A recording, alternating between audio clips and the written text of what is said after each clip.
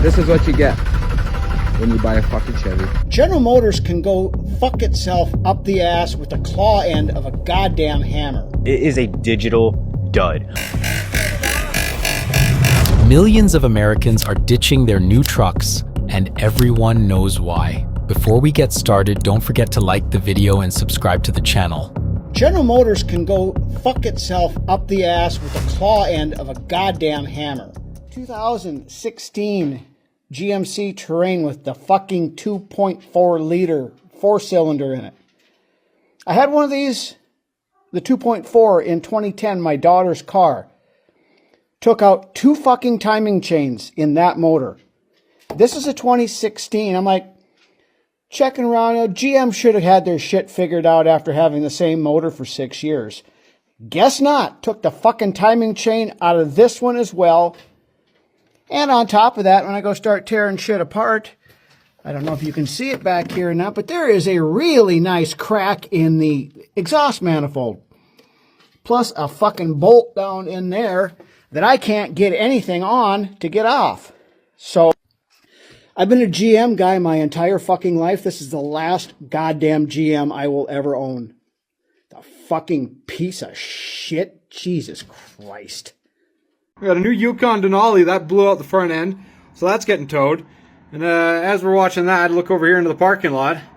The new Ram over there, and it's puking coolant everywhere. So that one will be next. That one will be next on the tow truck right away here.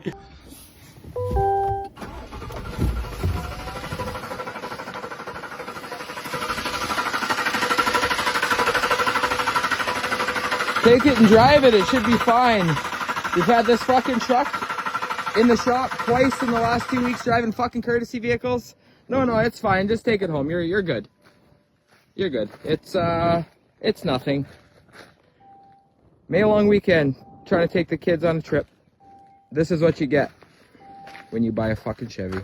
This is a classic example of why so many people are skeptical about new trucks right now. A guy takes his brand new GM to the shop, they tell him everything's fine, and this is the result. This truck is a towing monster, but it is a digital dud. I'm gonna post this video and just check it out. I mean, check this out. The truck was glitching like this for pretty much 2 days straight. The blinker was blinking weird, and I could not go through the dash while it was doing this.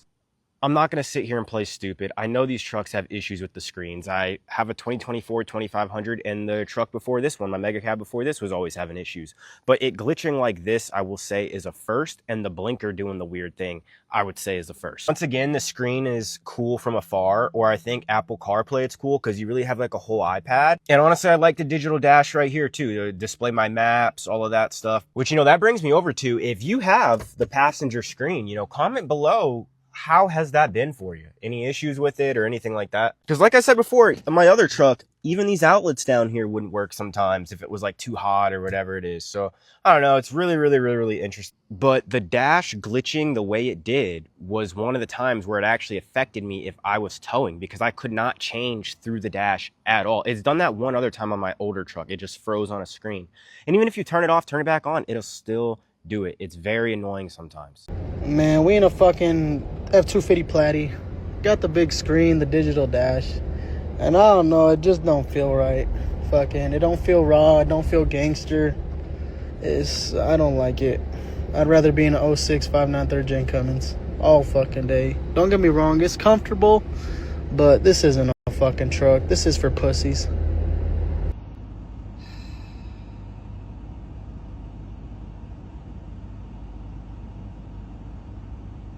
Ram really flopped with the new 6-cylinder Hurricane motors in these half-ton pickup trucks. They're just not selling, and even now used, this one's at CarMax, you can get these things almost $20,000 off their MSRP. $20,000 off, brand new, off their MSRP. And CarMax is sitting on them so long that they even have to slash their price. I know it's only like $1,000 bucks, but they're still slashing the price on these. And yes, this Hurricane motor outperforms the Hemi night and day when it comes to just straight up performance. But do you trust Stellantis on their build quality to make this thing actually last? There's no longer a dipstick on this engine. Look at this, no dipstick. You have to go in the computer on the screen to check your oil level on a truck now. This isn't a BMW. This isn't a Mercedes. This isn't a Porsche. This is a Ram truck. This is a truck. Someone's going to work out of this thing. I know it's a Rebel, but still, someone's going to work out of these trucks. And you don't even have a dipstick to check the oil. You got to rely on Stellantis quality for that computer to tell you how much oil is in it. And if you join one of the forums, you'll see all the time all the issues these things have been having.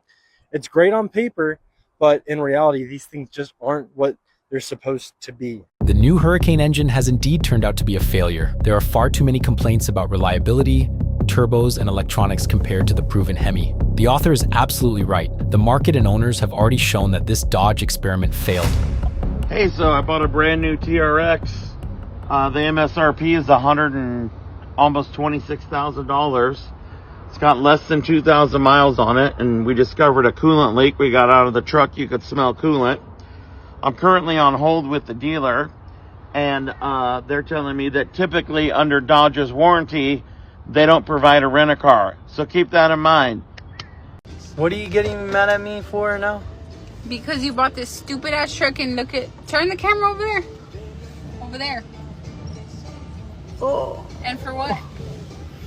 The check engine? Yes. And then you went and did a bad thingy and all that bullshit for the engine light to turn off. I told you, piece of shit Fords, but you don't listen. Auburn Dodge, does this sound fixed to you?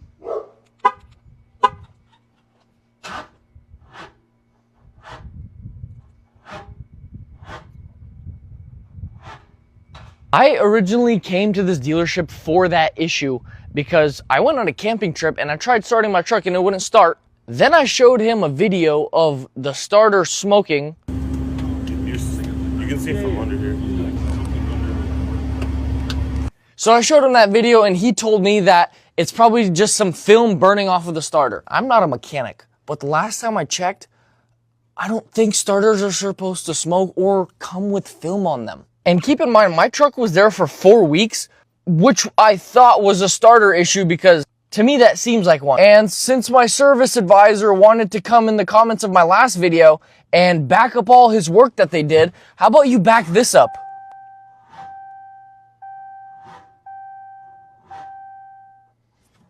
Pretty sad. So once they figured that loose ground wire that took them 4 weeks to solve, and apparently the manager found it and not the area tech that came to them after 4 weeks. Did you say found it? Someone from the factory came? One of our area tech advisors. Actually, I ended up finding it. We had a deal. It was either I pay for the 6 hours of diag, why you need diag for something you didn't fix. And then the second thing was, or I pay for the Tacoma, the loaner vehicle. And then the service manager started denying the deal we had. That was our deal. Either you cover this.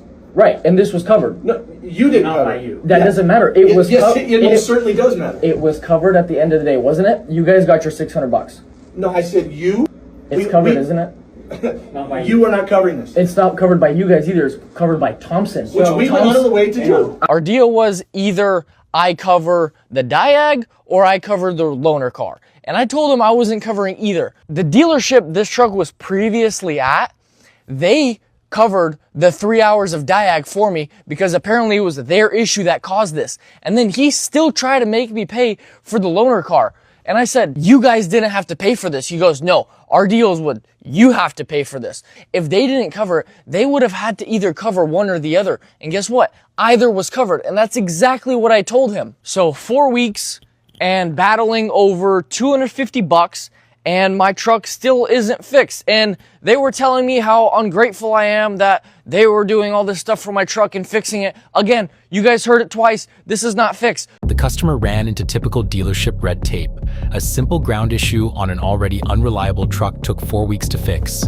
And then they still tried to squeeze money out of him for diagnostics and a loaner vehicle against the agreement. Generation Toyota Tacomas are not holding value like the old ones are. This is a 2020 Tacoma SR with 26,000 miles, $28,000. And now here's a 4-year-old Toyota Tacoma, 17,000 miles, $34,000. Just because it's newer does not mean it's better. And the funniest part to me is this new 4-cylinder has the same horsepower basically as the old 6-cylinder, and they get about the same gas mileage. So there's no real advantage with a new 4-cylinder over the old 6-cylinder, except you know the reliability with this 6-cylinder, and we don't know about the reliability with this new 4-cylinder. And one of the worst things Toyota did is now the extended cab, this does not open up anymore, and there's no longer back seats in the extended cabs. That's absolutely wild, and the door doesn't open. Like, we went backwards in innovation. Now, I will say the interior does look updated, right? Like, it looks updated, but does that mean it's really any better? Like, the steering wheels are almost identical. And this, to me, actually just looks like it's more seamless. Like, everything goes together, where the new one is just like, oh gosh, we got to put a screen here. Here we go. Because this doesn't sit anywhere into the dash. It's just plopped up on there like every new car, which I think just does not look good. But that to me is, why didn't they just make this a single cab? Why do you have to get this weird half cab where you don't get a door and you don't get any back seats? Here you go, man. We got the 23 torn down. As you can see, it ate up the followers, or cheap Chinese pressed shitbox rockers. No bearings in that one. Probably in the oil pan. They always eat the exhaust cam, as you can see. The back lobe right there is missing. Strangely, it took out one way up here. I have no idea why. It jumped. But I ordered a new cam, which you can't find on Earth because they're back ordered till Jesus comes back. But luckily for me, I have connections, and I found 2 exhaust cams for a 23 2.7 turbo. So I'm gonna go get the camshaft and try to put this fucking big, complete pile of dog fuck back together. It's a nice job, man. You spend 3 hours wrapping these wires just to get inside of this shit. What a shitty design. Who the fuck would make a motor like this? I don't know. Lots of people are gonna say, that's good, it goes 6 million miles. Yeah, fuck you. It's a big hunk of fuck. It's a piece of shit. Stamped fucking rockers with bearings I gotta fucking find. It's a 23 with 70 grand on it. Out of warranty, just a touch. Enough for them to flip you off. Thanks for coming, we'll give you another one. This is it, man. This is what you get to deal with. This shit. And there's no fucking timing marks. It's cinch timing. It's just bullshit. You need fucking thousands of fucking different tools and bullshit to set the timing up. It's a crock of shit. Lock the crank, lock your ass. It's fucking a joke. No keyways, no timing marks. They make it so nobody can fix it, dude. You have to use this nightmare shit. Set up your cam with that. Lock your cams in place with that.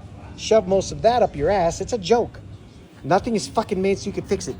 It ain't. Everything now has got this bullshit. Why couldn't you just put a key pin on this shit? Instead, you don't. Got no fucking key pins. You just got a headache of shit with this rack with the fucking cams in it. This is ridiculous. This is the bottom. Top's over here. Isn't that neat? 2.7 turbo in this big-ass truck, like I said. What a fucking joke. And it will blow up again, I promise. This thing, another 40,000 miles, it'll be junk again. They always eat the exhaust cams. So I found somebody with 2, and I'm keeping them both. Fuck it. Anyway, this is Thursday, I think. That's it. We're done. A 2023 with 70,000 miles on it, and already a completely destroyed camshaft, worn-out rockers, no timing marks, no keyways, and a bunch of special tools required just to put anything back together. Just a junk.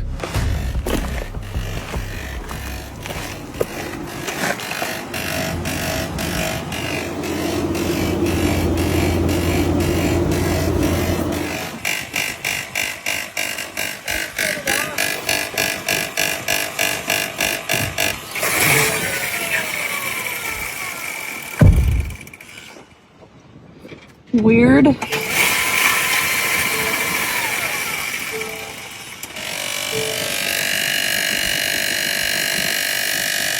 How can we have everything be going downhill, yet the entry level shooting up and going through the roof? It's because of the prices. And now I believe people are educated enough, because we know these lots are stuffed. I promise you, there is not an XL on this entire lot of a Ford F-150. I promise you that of all of the Rangers, for every 20 Rangers they get in, 1 might be an XL. So we know that, but yet these sales, the price, or the sales of them, the entry-level models are going up.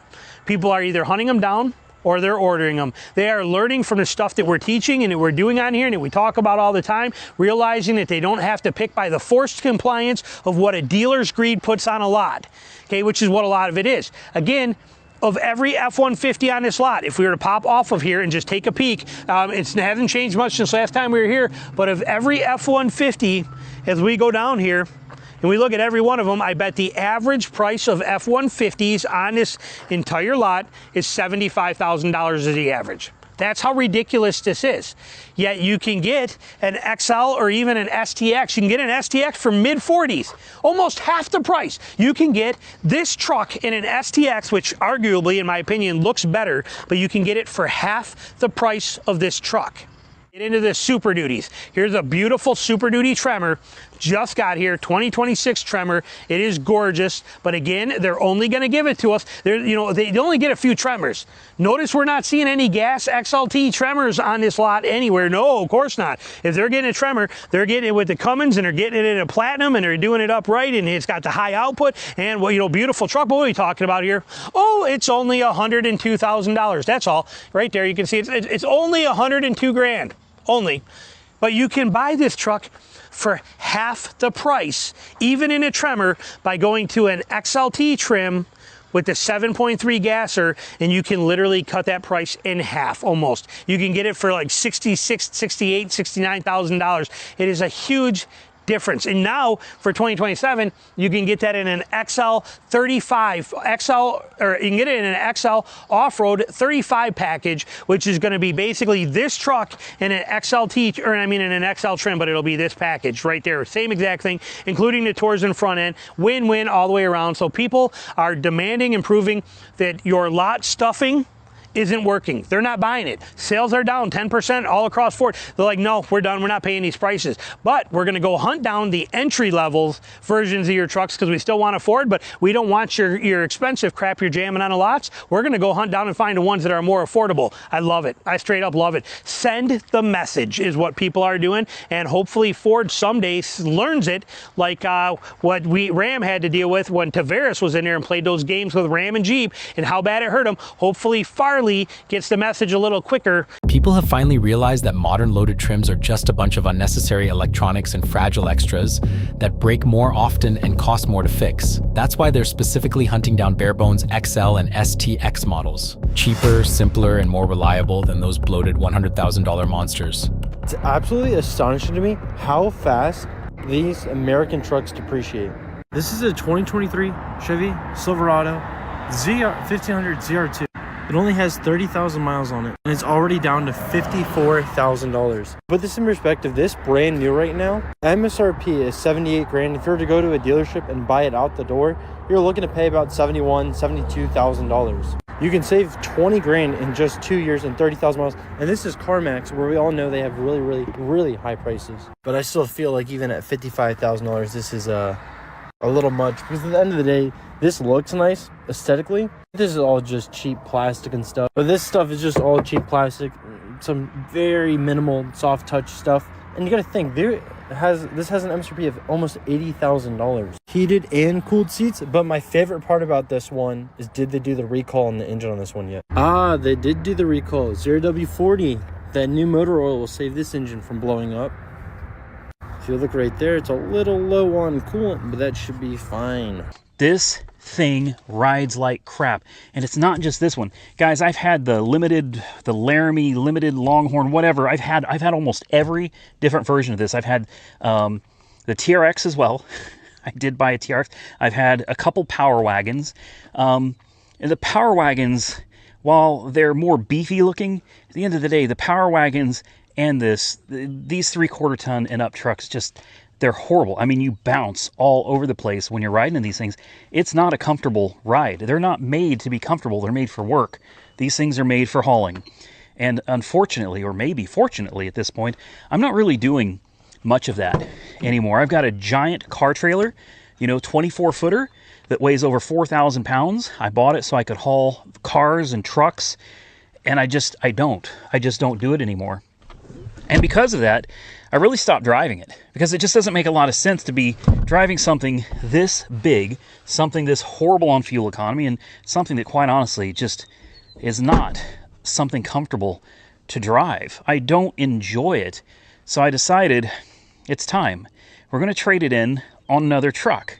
I'm going to save that till the end, or maybe I'll throw a teaser in the thumbnail. I don't know.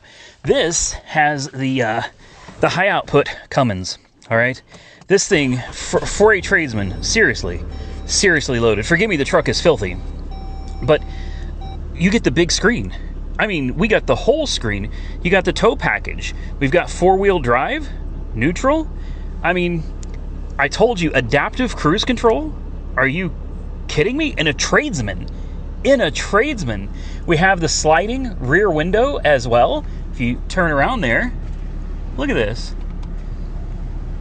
It does not have leather. It does not have heated and cooled seats. I mean, it doesn't have any of the other amenities that most people are looking for in a luxury truck.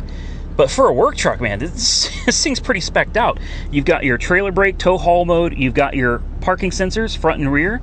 And the stereo system in this thing's absolutely phenomenal. Let's pop the hood. Stop going in depth to fit in, bro. What I'm saying is, go get you something, man, that's paid off, man.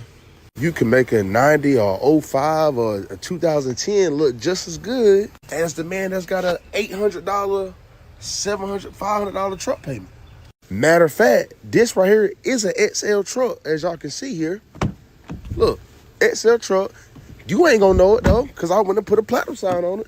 And at the end of the day, it's paid off, and I look just as good as the platinum boys. More of the story is, man, live comfortable, bro.